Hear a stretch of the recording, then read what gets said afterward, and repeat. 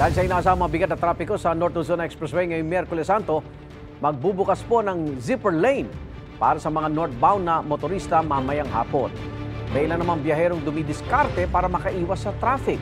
Live mula sa NLEX, meron ng balita si James Agustin. James! Igang, good morning. May mga motorista na maaga nang bumiyahe dito sa North Luzon Expressway para raw makaiwas sa traffic at matinding init ng panahon. Yung iba nga ay nag-leave na sa kanilang trabaho ngayong araw para mas maaga makarating sa kanilang pupuntahan. Siniguro na ni Brian na sapat ang hangin ng mga gulong ng kanyang kotse bago bumiyahe pa Baguio kasama ang kanyang anak. Inagahan na raw nila ang alis para makaiwas sa dagsa ng mga babiyaheng motorista ngayong Semana Santa. To avoid traffic sa aberya. Gusto ko maaga para ma-maximize namin yung time namin during this holiday.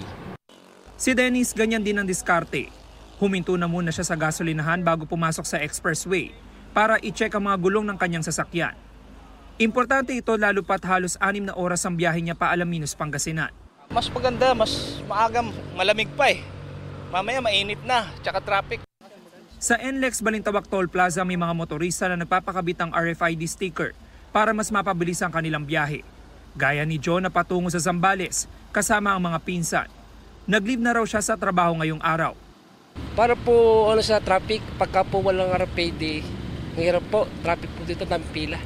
Opo. Bakit nyo naman sir napagdesisyon na ganito kaaga na bumiyahe? Para po hindi abutin ng init sa biyahe. Hirap po pag sobrang init, ngayon, panahon. Nagpa-reload naman ang RFID si Todd para iwas abala sa biyahe nilang mag-anak na patungong Pangasinan.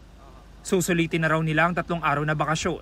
Para iwasan din yung volume ng traffic na dito, inaasahan natin kasi Holy Week na. So mas maaga siguro, mas maaga rin kayo makakarating sa pupuntahan namin.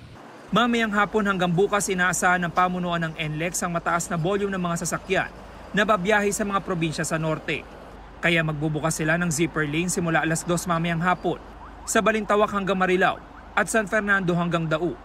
Libre rin ang towing services para sa Class 1 vehicles mula alas 6 ngayong umaga hanggang alas 6 ng umaga sa April 21. Samantala Igan, ito po yung sitwasyon dito sa NLEX Balintawak Toll Plaza ngayong umaga.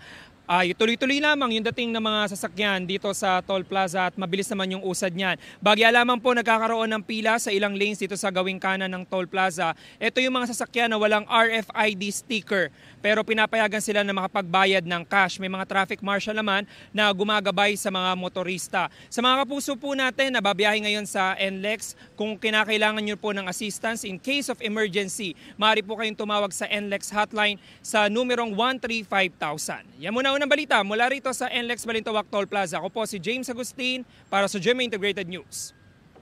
Igan, mauna ka sa mga balita, mag-subscribe na sa GMA Integrated News sa YouTube para sa iba't ibang ulat sa ating bansa.